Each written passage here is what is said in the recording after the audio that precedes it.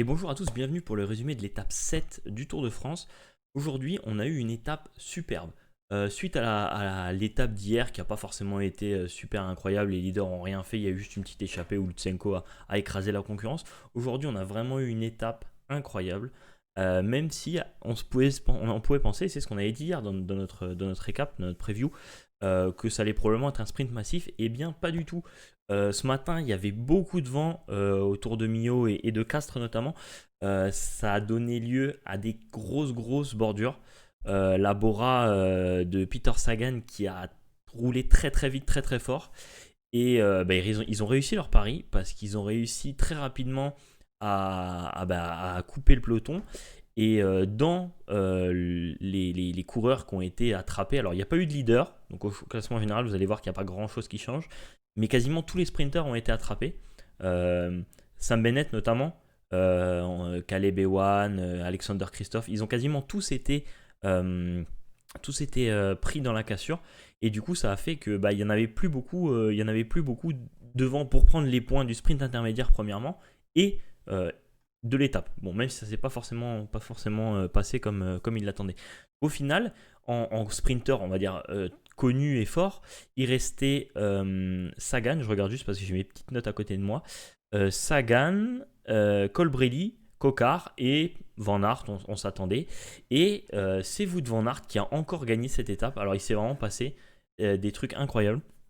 Donc suite à ces premières cassures, on a vraiment pédalé très fort pour créer un écart qui a très vite augmenté, surtout avec le groupe où il y avait quasiment tous les sprinters, donc à l'EB1.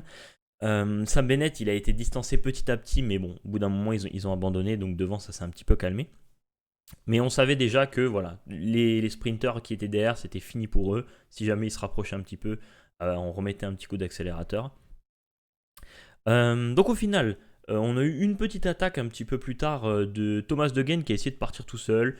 Bon, il n'est pas monté beaucoup plus haut que les 30 secondes d'avance. Et juste avant Castres, justement, donc ce que je vous disais à cet endroit-là, il y avait de nouveau beaucoup de vent de face. Et donc on savait de nouveau qu'il allait y avoir des bordures. Donc les Ineos ont roulé très fort, notamment les Jumbo-Visma également. Thomas De Gendt s'est fait très rapidement rattraper, mais en tout cas il aura fait un beau baroud d'honneur. Et du coup, là, alors il y a eu des cassures dans tous les sens, des crevaisons, des petites chutes.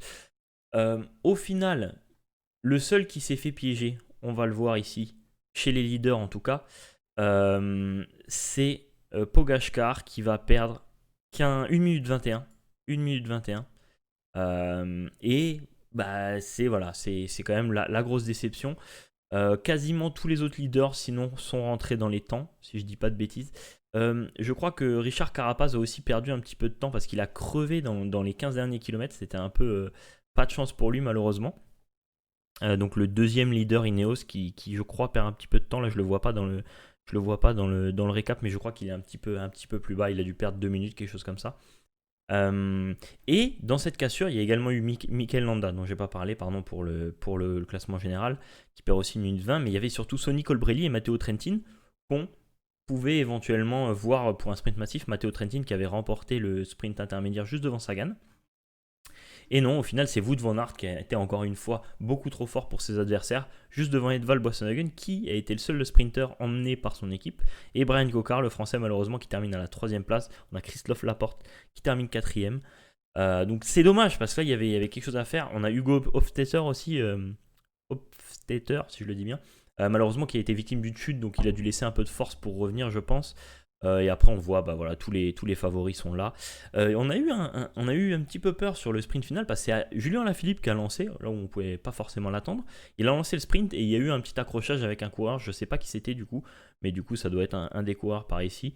Et du coup il s'est relevé, je pense qu'il a eu un petit peu peur, il a levé la main.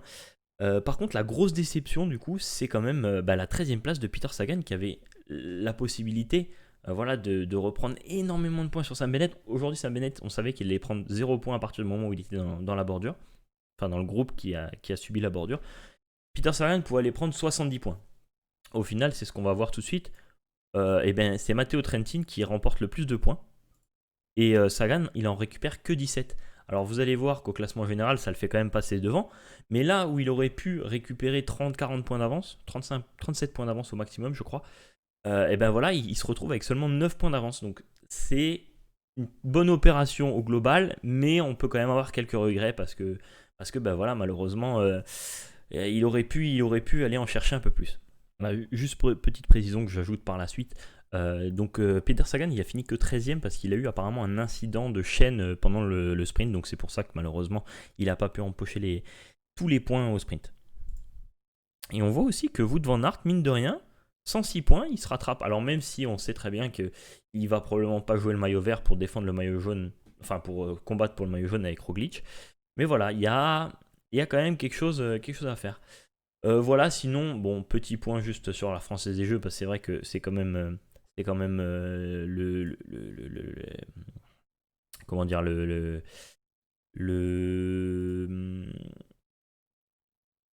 Thibaut Pinot, voilà, qu'on essaie de suivre. Thibaut Pinot qui n'a pas été pris dans les bordures. On remarque que Romain Bardet, Warren Barguil, quasiment tous les Français, Guillaume Martin également, ne se sont pas fait avoir. Et donc c'est quand même une très bonne nouvelle au global pour tous ces coureurs. Et donc au classement général, le seul changement du coup, c'est la disparition de Pogačkar qui perd par la même occasion son maillot jaune. Voilà, vous voyez, une 15 parce qu'il a perdu on a dit une 21 aujourd'hui, je crois. Classement de l'étape, Pogačkar, ouais, voilà, une 21, donc il perd son maillot qu'il avait très légèrement devant Egan Bernal. Egan Bernal qui récupère ce maillot. Bon, c'est pas forcément l'objectif d'Egan Bernal, mais c'est vrai que si jamais il n'arrive pas à gagner le Tour de France, ça restera quand même une belle récompense. Si il arrive à le garder jusqu'au bout. Et donc voilà, donc on a toujours ce trio d'Amietz, Primoz Roglic et du coup Guillaume Martin qui monte sur le podium du classement général pour le moment. Le leader de la Cofidis. Donc c'est quand même des très bonnes choses. Le combatif, je crois qu'il me semble que ça va être Thomas De Gendt, hein, j'imagine. On verra bien. On verra bien. Ah, peut-être que non. Et peut-être que c'est un beau. Ouais, c'est pas encore. Mais je crois que c'est peut-être un Bora. La team de Peter Sagan. Voilà pour cette étape. En tout cas, on a eu vraiment du beau spectacle. Et après l'étape d'hier, où c'est vraiment fait chier, on va pas se mentir. Aujourd'hui, il y avait vraiment du suspense. Il y a eu la mi-course où, évidemment, quand il y avait l'école qui montait, bah, voilà, on roulait un peu plus tranquillement. Il y a eu l'attaque de Thomas De Gendt, même si c'était c'est anecdotique parce qu'on savait qu'il allait se faire rattraper. Et puis, bah, comme on avait réussi à creuser l'écart, bah, voilà, on pouvait temporiser un petit peu. Mais voilà, comme je vous ai dit, ici, juste après Castres, donc il restait quand même 40 km. Là, ça s'est donné vraiment face au vent pour créer le maximum d'écart avec ceux qui auraient pu être pris dans une bordure. Il y a eu beaucoup de crevaisons, de petites chutes, pas forcément graves, mais qui ont fait que bah, voilà, on a perdu notamment Pogačkar et d'autres coureurs. Mais voilà, en tout cas, une étape très très intéressante et ça annonce quand même du bon parce que ça veut dire que même sur certaines étapes de plat, on va avoir les équipes de leaders et bah, aussi la Bora pour le maillot vert qui vont se battre. Et donc, on espère que ça va animer également peut-être d'autres étapes si jamais on retrouve des étapes plates où il y a du vent. Rapidement, du coup, pour la preview de l'étape de demain. Donc là, on arrive dans des étapes de montagne avec voilà, notamment Port de Balès et le col de Persourde qu'on connaît un petit peu, qui ont déjà été là plusieurs fois. 2 cols de première catégorie, un col hors catégorie. Donc là, demain, il va y avoir plusieurs objectifs, notamment pour le maillot à poids. Le sprint intermédiaire, peut-être que Sagan va prendre l'échappée, mais est-ce que les autres coureurs, notamment de la Quick Step, vont le laisser partir? C'est pas sûr. On verra.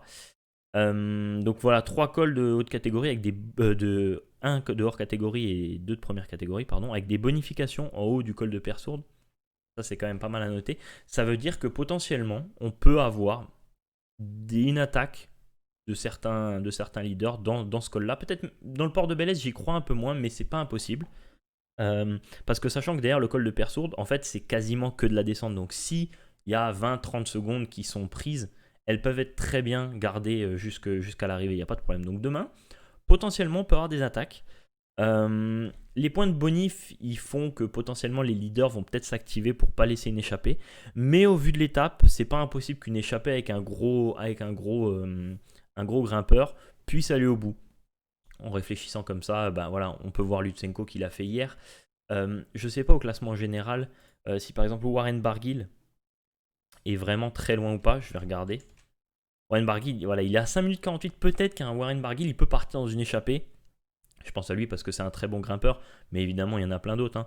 Luis Leon Sanchez, voilà, des leaders ou pseudo-leaders comme Fabio Aru qui auraient déjà perdu le général, bah, ils pourront peut-être aller se chercher une petite victoire d'étape qui serait clairement pas mal. Voilà, donc moi demain je vois bien quand même une petite bagarre entre les leaders, en tout cas j'espère. Pas revoir une étape comme on a vu hier. Et là, je pense que c'est suffisamment difficile. En tout cas, grosse étape demain. Espérons qu'il y ait de la bagarre. Le maillot blanc à point rouge de Benoît Cosnefroy va être mis en danger. Il va falloir qu'il le défende. Mais voilà, en tout cas, c'est demain. Demain, normalement, il va y avoir du spectacle. Voilà, donc comme d'habitude, n'hésitez pas à rejoindre le Discord qui est en description si vous voulez qu'on partage durant l'étape. On est déjà plusieurs à discuter tous les jours quand il y a l'étape. Donc n'hésitez pas. Et sur ce, bah, je vous souhaite un bon visionnage de l'étape de demain. Et à demain. Ciao, ciao.